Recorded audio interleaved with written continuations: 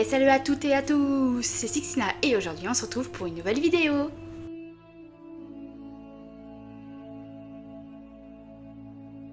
Réponse est un conte écrit par les frères Grimm qui a été publié en 1818.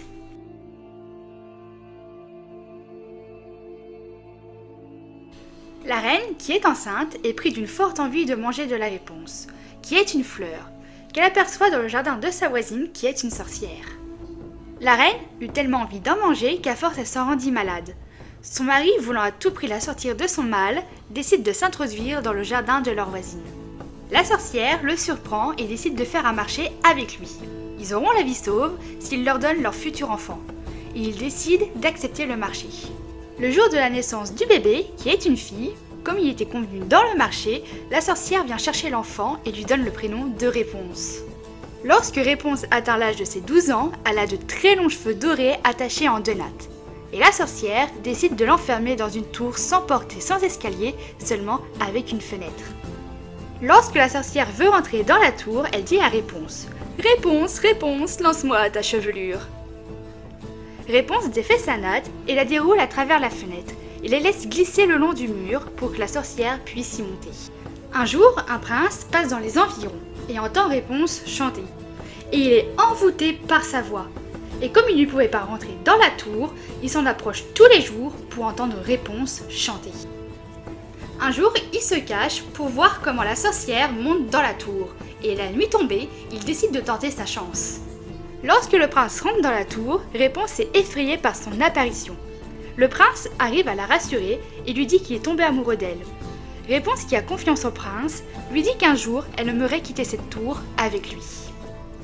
Un jour, Réponse parle accidentellement des visites du prince à la sorcière. La sorcière décide de la punir et lui coupe les cheveux. Elle les attache à la fenêtre pour piéger le prince lorsqu'il appellera Réponse.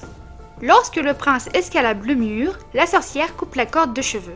Et le prince tombe de la tour, et il atterrit dans un buisson de ronces et perd la vue. Également pour sa punition, la sorcière décide d'abandonner Réponse. Le prince est toujours sans nouvelles de Réponse après de nombreuses années. Mais un jour, il reconnaît sa voix et il s'approche d'elle. Réponse le reconnaît également, ils se prennent dans les bras. Réponse pleure et des larmes coulent dans les yeux du prince qui recouvre la vue.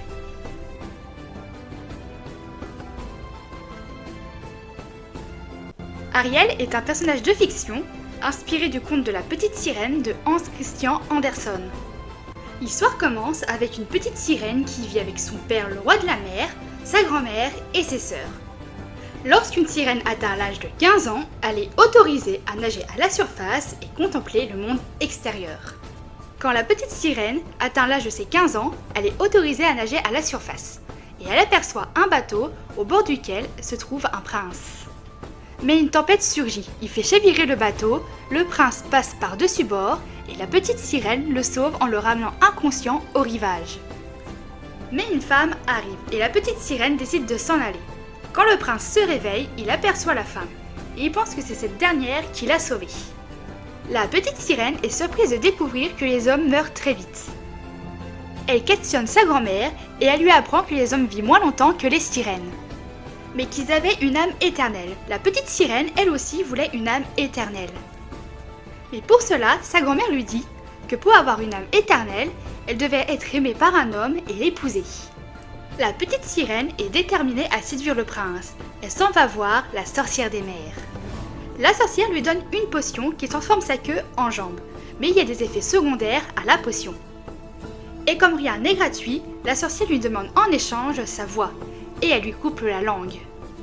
La sorcière lui dit « Si tu échoues et que le prince en épouse une autre, à l'aube de ce mariage, ton cœur sera brisé et tu seras plus qu'une écume en mer. » La petite sirène nage jusqu'au rivage, là où elle boit la potion.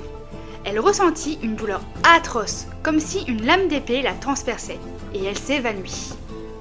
À son réveil, le prince se tient devant elle. Il lui prend la main et s'en va en direction du palais. Mais à chacun de ses pas, la petite sirène a l'impression de marcher sur des couteaux aiguisés. Chaque jour, le prince tenait de plus en plus à la petite sirène, mais il ne pouvait pas oublier la soi-disant femme qu'il avait sauvée, et il ne l'avait pas revue depuis ce jour. Un jour, le prince est contraint par ses parents d'épouser une princesse. Elle dit à la petite sirène qu'il préférait l'épouser elle, mais il se devait de rencontrer sa promise.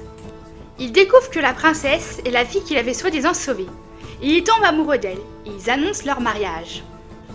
Lors des préparatifs du mariage, la petite sirène est énormément attristée, se voyant aux portes de la mort. Elle aperçoit ses sœurs au-dessus des flots qu'ils ont sacrifié leur chevelure à la sorcière.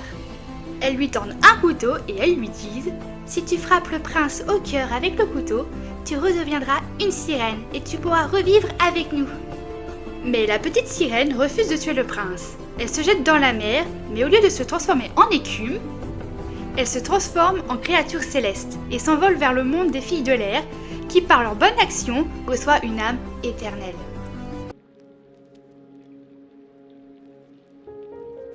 J'espère que cette vidéo vous aura plu. N'hésitez pas à liker, à laisser un commentaire et à vous abonner. Et on se retrouve dans une nouvelle vidéo. Allez, salut!